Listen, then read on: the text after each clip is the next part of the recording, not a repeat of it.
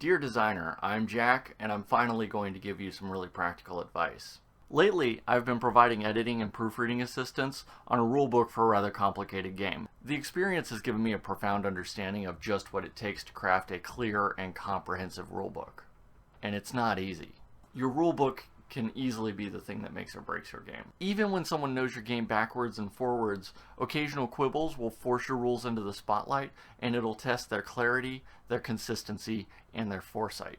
I've been forced to use online forums, cross-check video explanations, and even rewrite rules entirely just to make a game play smoothly. So here's a few suggestions on how to make your rules clear, organized, and digestible. I'm going to assume that like any competent designer, you've already refined the mechanics of your game, studied its flow, and created components that help players in the moment of play, like reference cards and resource keys. This is not a video about making a good game. This is a video about making a good rulebook. Number one, I don't care what kind of game you have, explain what your components are first, then how to set them up, and then everything else after that. If you can explain your components and your setup at the same time, all the better. This makes conceptualizing the rest of the game much easier. Being able to see and point to components as they are discussed in the rules will help players visualize how everything ties together and provide a little bit of engagement before the game has even begun, which is critical for some new players. Nobody wants to sit through even 3 minutes of reading rules without something to look at. Number two, compartmentalize your rules. You can do this through distinct formatting of text or separation by design, or both. Italics is often used to signify a gameplay example, while bold text usually alerts a reader to an exception or a clarification that might be easy to miss or forget. Big section headers with ultra clear title conventions, combat, dice rolling, taking a turn, make it much easier to find specific information.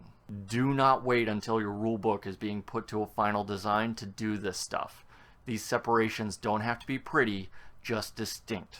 More than anything, good compartmentalization makes retrieving and processing information much easier for players. If the flow of your game is well represented by a modular rule set, your players might even be able to learn the game as they play it. Odds are, if your rules draft is not well organized, it will become painfully obvious when you begin blind playtesting. Number three, keep your examples small, simple, and only give information relevant to the aspect of play that you are trying to explain. Let's make this clear.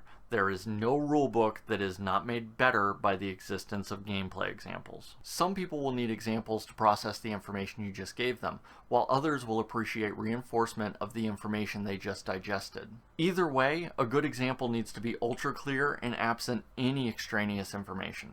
There is a temptation to include thematic flair in your examples, especially with theme-heavy games, but consider the rare occasion when these examples are actually read. Most often, it's to get a clearer understanding of a rule currently in dispute, or because it's somebody's first time with a game and they're reading the rules word for word to avoid getting anything wrong. In both cases, extra details and flavor text are just speed bumps on the way to enjoying what should be the star of the show, the gameplay. Number four, word choice, consistency, word choice, consistency, word choice, consistency. This is a bit similar to what I just said about gameplay examples. Almost every word in your rulebook should serve a single purpose, conveying exactly how to play your game in the clearest way possible. There should never be a question about what you mean, and leaving anything open to interpretation is just asking for trouble. As for consistency, this means more than just using the same words throughout your rulebook. The tense, pluralization, inflection, activeness, and passiveness of every common phrase that you use needs to be identical. If you say each player discards a card in one place, don't say all players discard a card in another. Inconsistencies like this can falsely alert players to changes in gameplay, or make them skeptical about the overall precision of your game rules. If there is a difference, word choice can add a lot. Using the previous example, you could say each player, in player order, discards a card, or all players simultaneously discard a card. Number five, oh my god, blind play test your game. By this I mean give your rules to somebody that knows less than nothing about your game and see if they can play it without your help.